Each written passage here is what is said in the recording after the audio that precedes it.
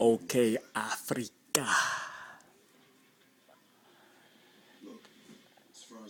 The Nigers from Niger. We go back to Africa. Go the fuck back to Africa. We use our money, our resources. Start getting an army together. Gotta have a military to defend yourself. Military. We have billions of dollars. And we have more than that to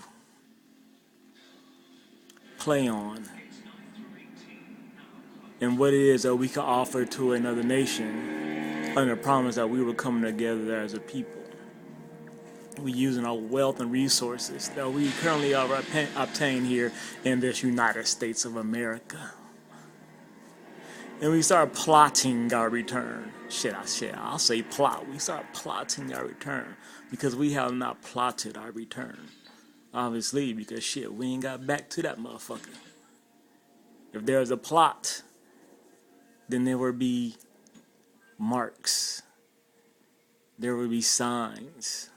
There will be guidance and light to show you how to get there. The plot you plot as you plot the stars for direction. And obviously we are lost as a motherfucker because we haven't found our way back. Our people when they were taken, did they try to get back? Did they truly fight to get back? Or were they freely and willfully taken? And if they did fight to get back, then at one point did they